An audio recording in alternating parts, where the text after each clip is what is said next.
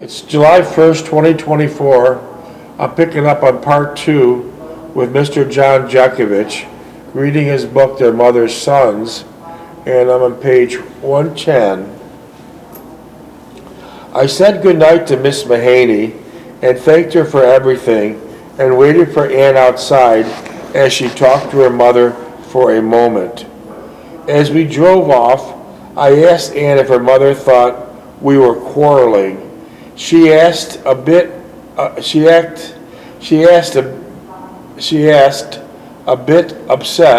why I would even think something like that. I did not answer her, but she did say that she told her mother that I expected you to be shipped overseas before the year was up.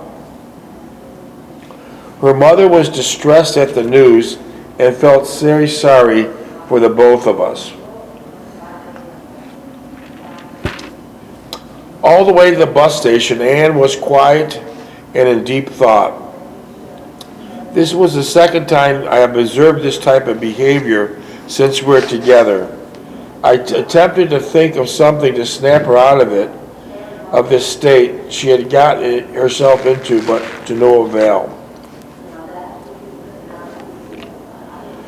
It was still early for the last bus, and when Ann stopped the car, I reached over at her and kissed her. She began crying and buried her head in my shoulder, and I held her tightly and kissed her softly on the top of her head, telling her that everything will work out.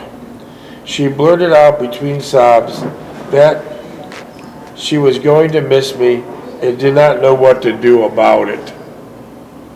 I said that we could still write to each other, but she said, War talk, war talk. War talk, war talk. What do you mean? War talk, war What does that talk. mean, what John? does that mean? What does war talk mean? War talk? Yeah. Propaganda. Oh, okay. At times I decided to change the subject.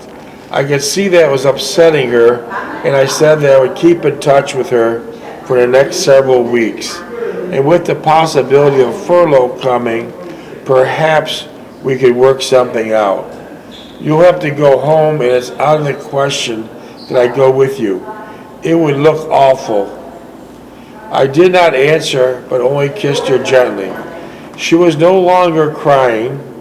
I told Ann that I would call her the first chance I got and would try to call her every day. I would inform her if I was going to get a furlough. I then asked her about meeting on the weekdays, as I knew she went to school every night, and that was almost impossible to meet with her under those circumstances. She whispered in between sobs, anytime that you're free to come at night, she'll call me, and before 6 I'll meet with you. I thought for a minute, and then quickly she said the arrangements wouldn't give us much time together. The hour's drive from camp, that is 1,900 hours, and the last bus is at 100 hours. That gives us about 5 hours together. That's great, she quickly exclaimed, grasping my hand and holding it tightly in both of her hands. Just as the bus pulled up, she looked at me and tears began to develop in her eyes. What in her eyes? Tears began to develop in her eyes.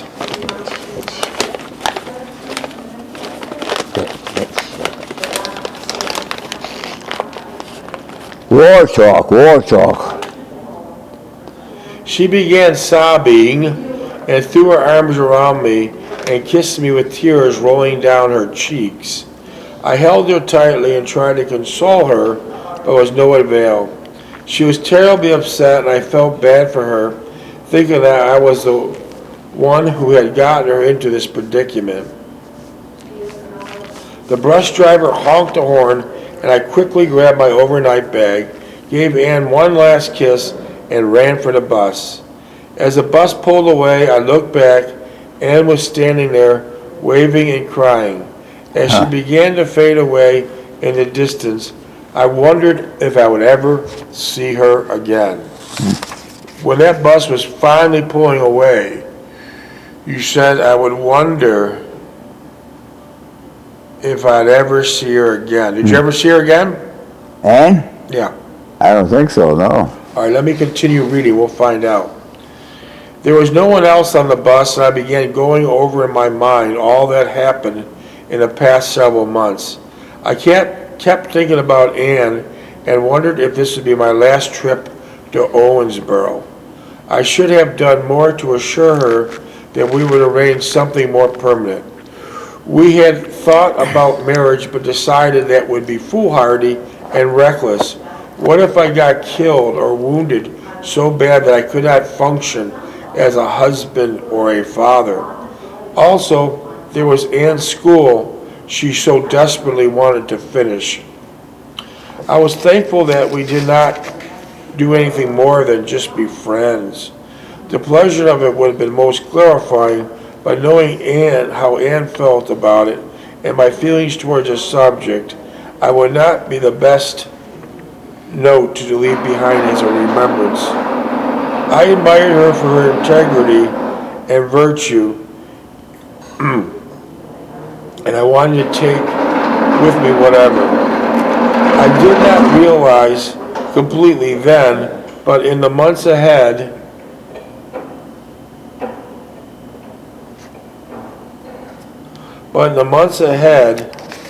I would be thankful for the wonderful memories Ann had offered me and how they sustained me. I would cherish them during the ordeal ahead. We had met by chance, the odds of being in our favor of never meeting, but set a strange circumstance. We were meshed with one another, and from the beginning there was an aura of mystical awareness of one another that blossomed into a cordial friendship that greatly and quickly evolved to a mutual love for one another. We had much going on for us, understanding, enduring respect. But most of all, we had a powerful and intense love for one another, and was rare and beautiful. I will never forget Ann. She still lives in my memories. I gotta go.